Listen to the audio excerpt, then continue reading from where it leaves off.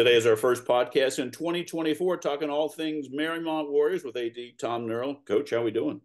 I'm well, Rob. Happy New Year. Welcome back to another calendar year, although we're just rolling over from where we left off, I guess. So things Yes. are well. It's getting a little cold outside, so good time to come inside and watch some games. Yeah, I agree. I thought what we do in today's show is just kind of a little overview of what happened since we spoke last. I know Okay. we'll start with boys basketball. They've had 5 games since you and I talked, and looks like 3 wins, 2 losses, but some nice competition.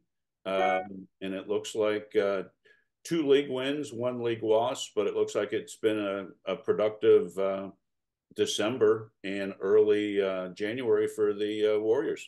It really has been. I think they're sitting on 9-2 now, and as you said, went over to Wyoming right before the break, and Wyoming's very talented. They've got 4 sophomores that can jump and shoot and run, and our team's pretty good too. We can run and we get up and down the floor. We force a lot of turnovers. Unfortunately, at times we give a lot of turnovers, but ours is an exciting bunch. Really good chemistry on that team, and they're playing good basketball. So a good win over Batavia last week, another good win over Deer Park, and then over to Elder to the Pit. I mean, to one of the top D1 programs in the state, and they're really good there too. And so it's a little eye opener, but Coach Caldwell likes it. Our players, we ask them every year, "You want to play Elder again?" They say yes. So they like the challenge. I think they like to see where they stack up. A terrible third quarter for us over there. We cut it to 8 before the half. Terrible third quarter doomed us really. But the kids played hard the whole time, all 3 levels. They played hard, so that's a good sign.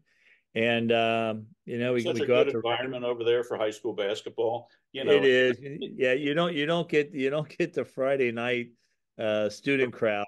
Having kids to go through Moeller, being a Moeller, you know that. Yep. So you don't get the full blast of the other side of the bleachers. But they're lower bowl. They have a number of season ticket holders. That's full. We took a good crowd with us. Um, but boy, they're good. I mean, it seems like all their 3-point shooters get hot against us, and their average goes up. But it's a good challenge for our kids, and I'm glad that they accept the challenge. I'm glad they want the challenge, Sure. and yeah, you can see, okay, this is where we need to be better, and this is what we do. So we get back into the league this week. We travel to Reading, couple road games. Travel to Reading tomorrow. Reading is really playing a lot of good basketball right now, and they're always tough at home. They will have a nice student crowd, a nice crowd on their side, a little hostile environment, but that's fine. And then up to Indian Hill on Friday, and Indian Hill will be an interesting game. We play girls at 4:30 and 6, JV and varsity, and then come back with the boys at 7:30, so mixing things up a little bit. So yeah, so it'll be a fun week for boys basketball. Get their legs back under them. They had three games last week, Wednesday, Friday, Saturday, so a little rest will do them good. Just get back with a 2-game week. Tom, you and I coached for a long time. You're still coaching, by the way. When you play a team like Elder, it's got to help you this upcoming week in CHL play, don't you think? Because they're it's a bigger school, so there's more to draw from. So they have a few more athletes, but you would think that playing a road opponent like Elder will assist you this week in league play. Well, it will assist us, whether it's immediate or not. But you have to step your game up, and you have to play. And it's nice to play stronger competition. And Coach Caldwell has done that very well in his time here. He likes to schedule up, and you get this as a kid. You get to play in one of those gyms that you see on the Friday night highlights all the time, and you get to play against these guys. And anymore with basketball, the kids are playing AAU. Right. You're going against these guys all summer long anyway, so they kind of know them. And there's some good back and forth there, some positive back and forth, and Elder does it right. I'm sure they probably could have put on more points. Once we start to sub, they start to sub. It's a good opportunity for a number of our kids. But you're right. You see where you are, and then you see how well you do things, and the things that you really do well. Big, strong programs like that, they set strong screens. They make sharp cuts. They make the good passes that sometimes other teams don't. And that's why they're so successful. So it's one thing to watch and learn. It's another thing to go and play and learn, but that will help us down the line. I The agree. competition we've played with Harrison, Batavia, you got Wyoming and Indian Hill within the league. That's only going to help, especially as we get into February and get into tournaments, um, as we improve our game. Yeah. Well, best of luck to them in the two CHL games this week. Let's go over to the girls' side. Looks like Yep. they were, since we talked last, looks like they were 500, two Yep. W's, two L's. Only one league match against Reading on Saturday, but it looks like they're playing some tough competition, getting ready for tournament time. They really are. Before the break, we came right out of exams. We had a rescheduled game with Taylor that they dropped at home. That's tough. I mean, we don't play during exam week, so you're off for 7 days right after exams. You're coming out playing a game and trying to get after it. And Taylor's really good. Taylor just knocked off the league leader Indian Hill on Saturday. So Taylor's got good things working over there. Some big girls, some nice shooters. And then they really nailed the threes on the night that we played them. The next night we go out to Williamsburg.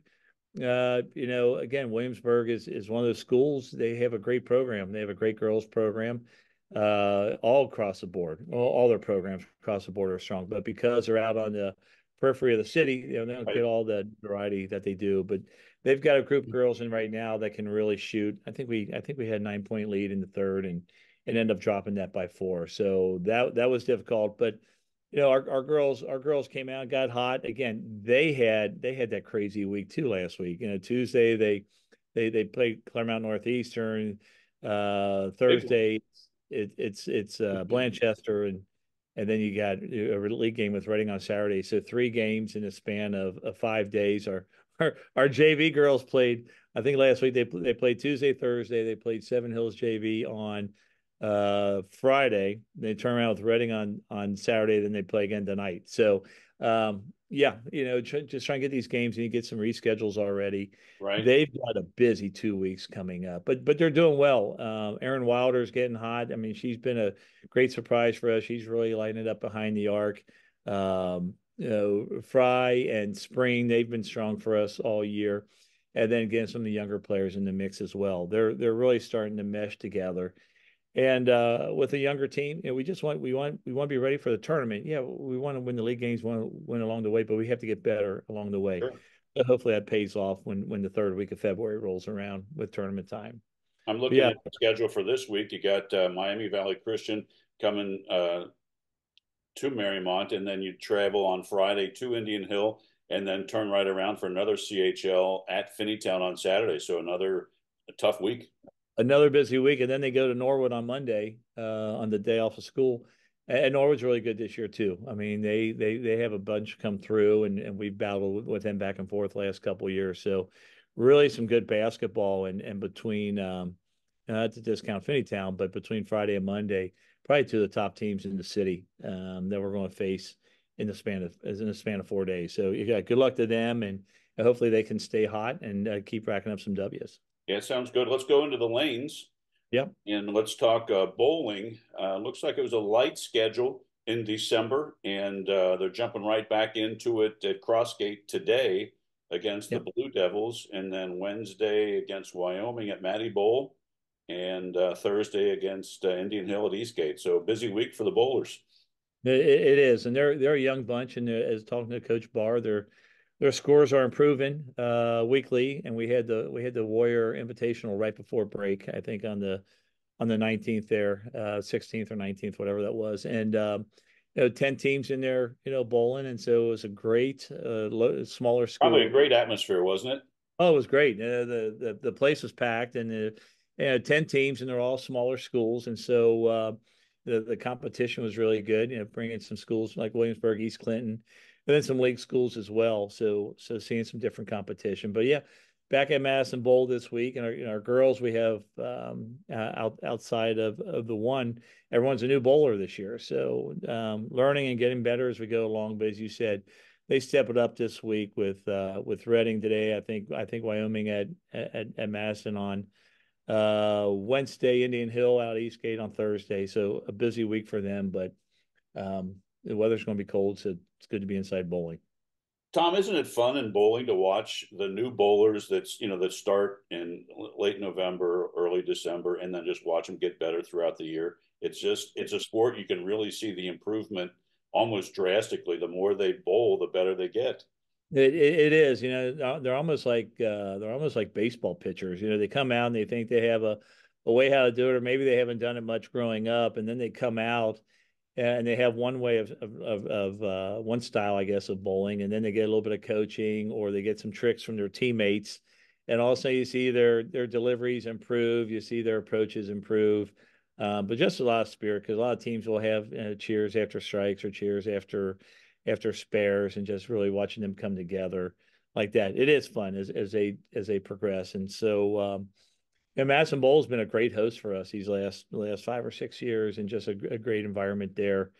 Great And place the to watch great a and the match. great food at Matty Bowl. Don't forget about Absolutely, yeah. it's Go nice over. and warm inside, but if you're hungry, man, it's Larry Missler does a great job back there at the diner. So when you see Larry, you can tell him I gave him a shout out. But yeah, really great food, and the kids have a great time. They're really welcoming with us. Our kids get a lot of practice time on the lanes, and our coaches, Jim Barr and Colleen Vogelstein, do a great job with them. So yeah, hopefully we can sharpen our games a little bit, and the tournament's going to be here about the second week of February. So that's that'll crazy. be It's fun right to around get the to that. corner. Yeah, yeah. All right. Best of luck to them this week, and then let's dive into the pool and talk swimming. They've been tapering and getting ready for 2024, and it's here, Tom. It's time to go and get ready. They got the Southwest Classic coming up soon, and Yeah. let's talk swimming. Yeah, like as we said earlier, it's a small squad this year. Some really good names in there. We got Julia Bowl on the girls' side. We've got Warden, and we've got Heiss, and we have some other ones on the boys' side. They're really doing a great job. Competing and training and getting ready for that. But they have the classic this week, so it's kind of a quiet week. A great meet last week with Madera and Seven Hills. And Yeah, we jump into the classic this week. We're swimming out at Lions Y on Saturday and Sunday, but they're at Turpin, or yeah, they're at Turpin today. But this classic, it's the biggest high school swim meet in the country. Right. Yeah, and people kind of oversay that, and the officials association runs it, so it's a great meet. I mean, and everybody's in one division. It's the D1, D2, D3, whatever's out there. Everybody's in the pool, and at different locations. They come back each night over at St. X, over at Keating Natatorium, and then they get to square off in the city. So, I know we'll have a couple swimmers advance to the finals on the nights. That'll be exciting for them.